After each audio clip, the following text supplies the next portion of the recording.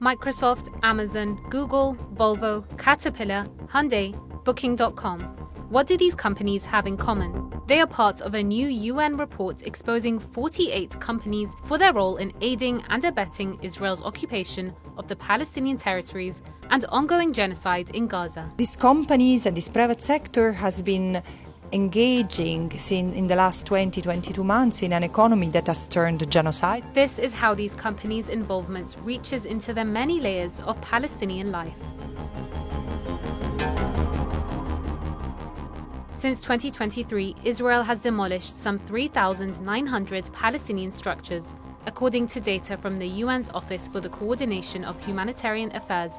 Over 7,700 Palestinians were displaced as a result. But who is facilitating this destruction? Companies like the US's Caterpillar, Sweden's Volvo, South Korea's HD Hyundai, and Italy's Rada Electronic Industries, the report reveals. Caterpillar's D9 bulldozer is employed by Israel as a controlled weapon used to destroy homes, mosques, and even bury Palestinians alive. The genocide in Gaza hasn't stopped the company from doing business with Israel, as it landed a multi-million-dollar contract with Tel Aviv in 2025. Volvo, for its part, has been supplying armored buses to illegal settlements in occupied Palestine since 2007.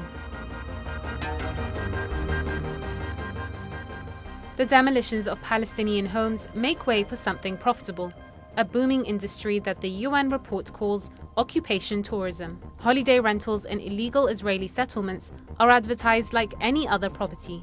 Since October 2023, Booking.com has doubled its occupied West Bank listings and tripled those in occupied East Jerusalem. Airbnb listings in the occupied Palestinian territories grew from 139 in 2016 to 350 in 2025. The illegal settlement of Tekoa, for example, now hosts 17 Airbnb rentals, all built on occupied Palestinian land. It started as a military outpost in 1977.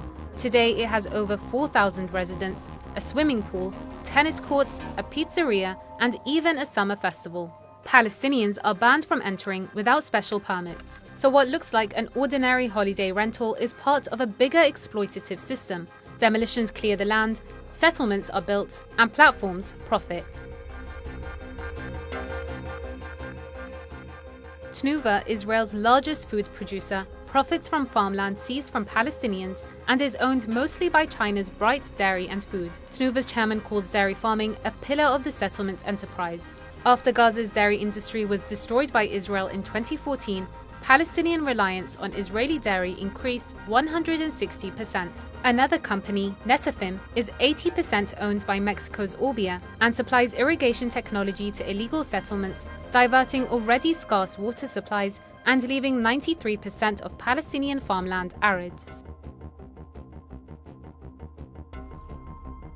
Lockheed Martin's F-35 and F-16 fighter jets are key to Israel's Air Force capabilities. Since October 2023, they have been used to drop an estimated 85,000 tons of bombs on Gaza, killing tens of thousands of Palestinians. Japan's Fanuc also supply Israel with crucial parts and machinery that maintain Israel's genocidal practices. Complicity with genocide is a crime on its own under the Genocide Convention.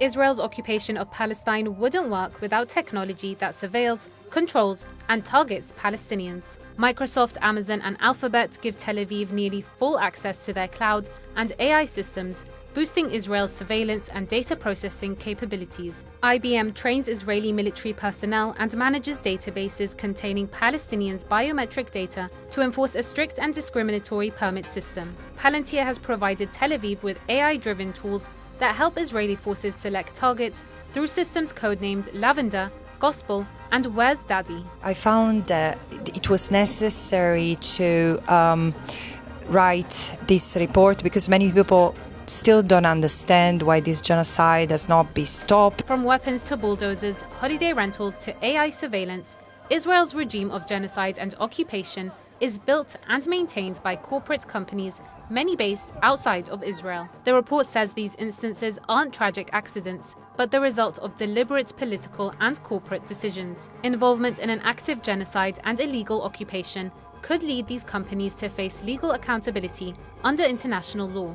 But despite the damning UN report, will these companies ever actually be held accountable?